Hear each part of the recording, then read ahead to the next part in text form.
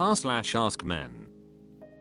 Eileen Sarah Combing 40 says, men, in your personal experience, what are things that make dating easier and harder for you? Looking for brutal honesty? Is it having a good job? Good looks? Good personality? Emotional intelligence? Intelligence? Being tall? From your personal experience, what actually makes dating easier and harder for you? Speedifalcon 874 says, being in shape definitely make it easier. It is also much easier when women make the first move, although that is something out of your control.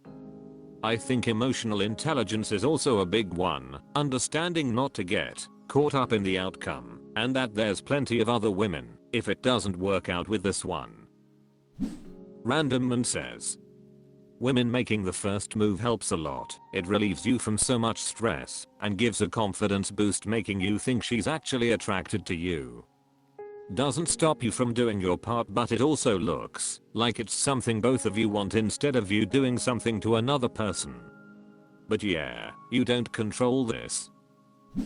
Elegant Mankey says, being in shape and looking my best is definitely a big part. Earning more than most guys my age also helps quite a lot. Knowing how to cook definitely helped me with dates. Being an extrovert has helped me in a lot of things in life, but it made meeting women much easier. I'm trying to not have double standards. If I can look for something in my partner, I'm going to make sure I fit it as well.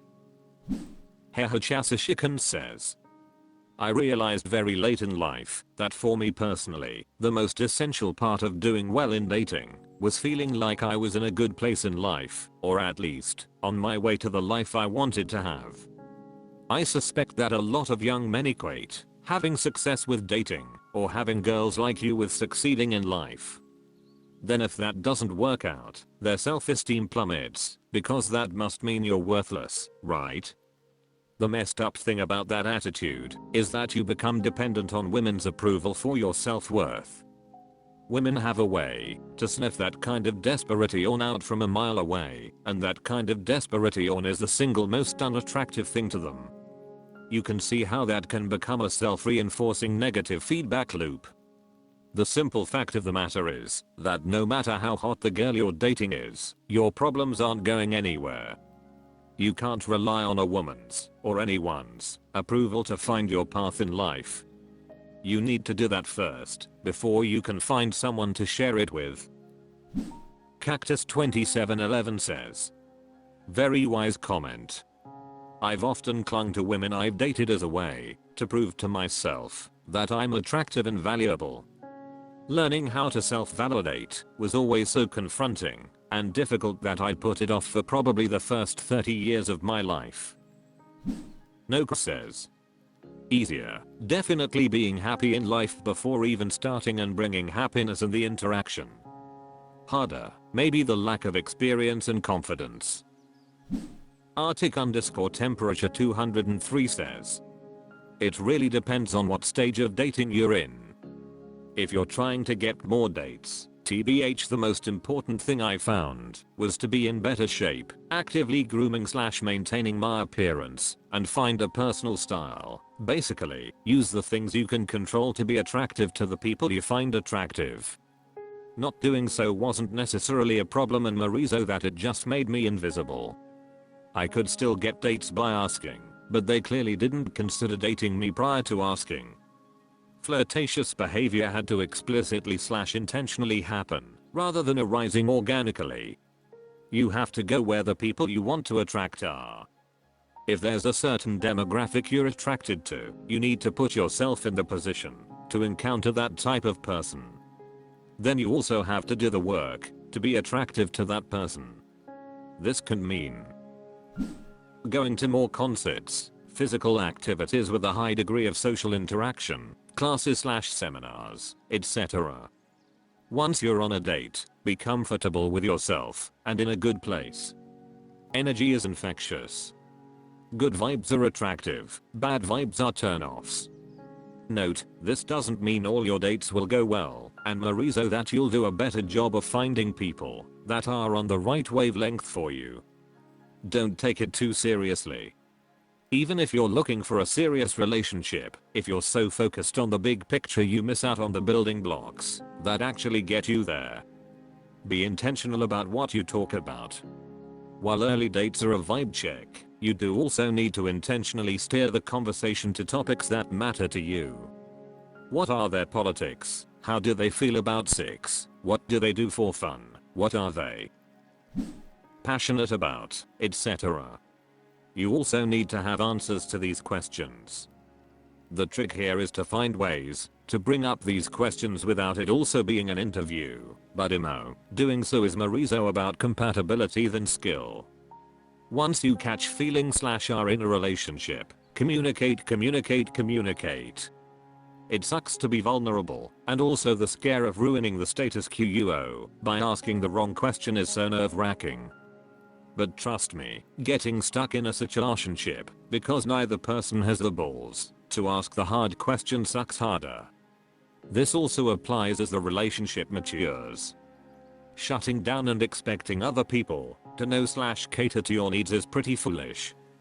You need to know what you're looking for in a partnership, and you need to be able to fit into that dynamic. There's obviously so much more, but I think that's enough for one comment. Nerd Machine says, being ballsy. I met my GF in the gym where I'm not supposed to talk to women.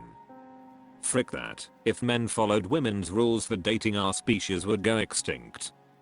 Don't be a dick and pay attention to body language and leave if you aren't welcome. But saying hi to a girl and chatting to gauge interest is fine nearly anywhere, just be aware of the social context of where you are. r/AskMen. Nuivd6VTPS says, men who date often, how do you deal with the failed ones that had a lot of potential? Title. I've been dating around for a while, and finally I thought I met someone who had everything that I was looking for: hobbies, passion, music, views on life, etc.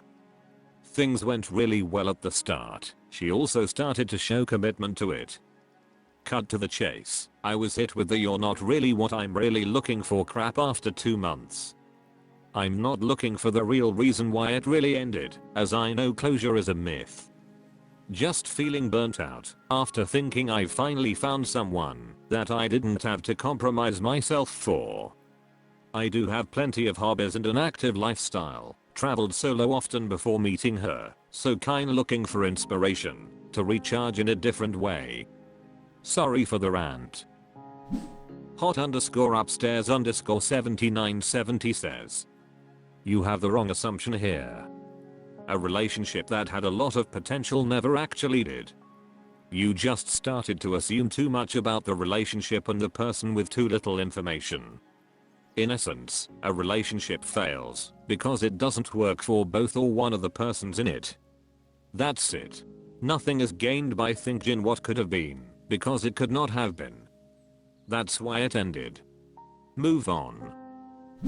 Mranifty says, I feel like you should gently pressed her to tell you why, so you had something to go off. Her answer might have been something you can do something about, and then you could be working on that thing instead of asking us.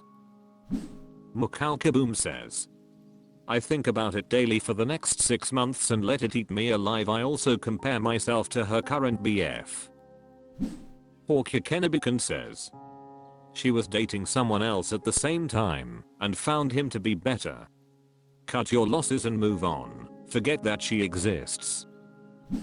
Happy Bee Club says, sometimes everything can be perfectly matching, and a small gesture or even a tiny mole can prevent the partner from committing. Don't overthink it. Blancusipa says, try again. Slack0th says, just move on and process it. Easier said than done, of course, but you get better at it.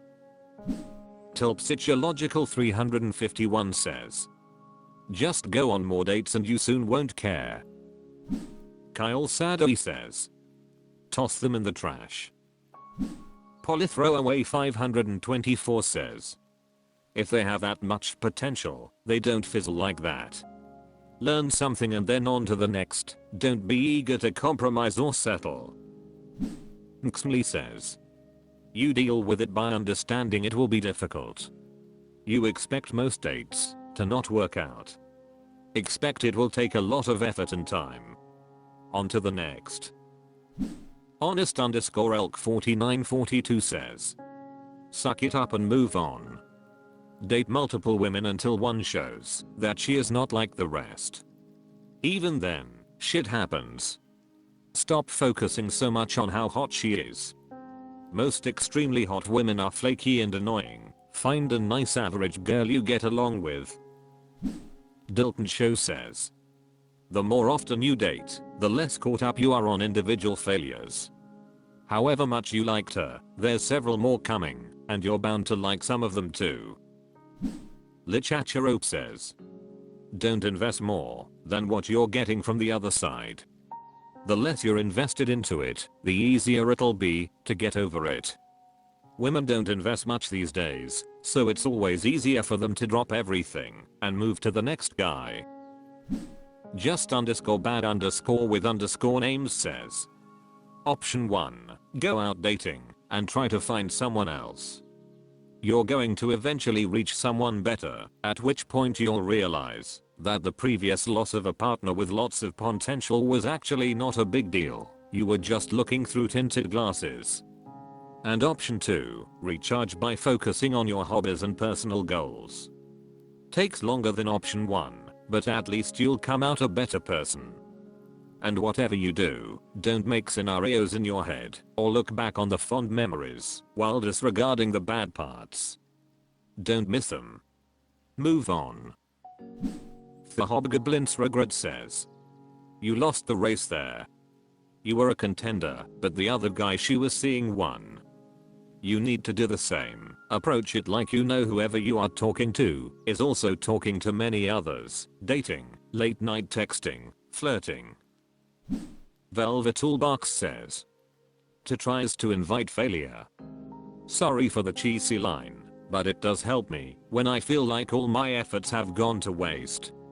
Maybe the best approach is to simply enjoy the time and enter any relationship knowing that it could end at a moment's notice, for better or for worse. And if and when it does, let it go and be thankful you had a chance to have them. This philosophy is also irresistibly mature.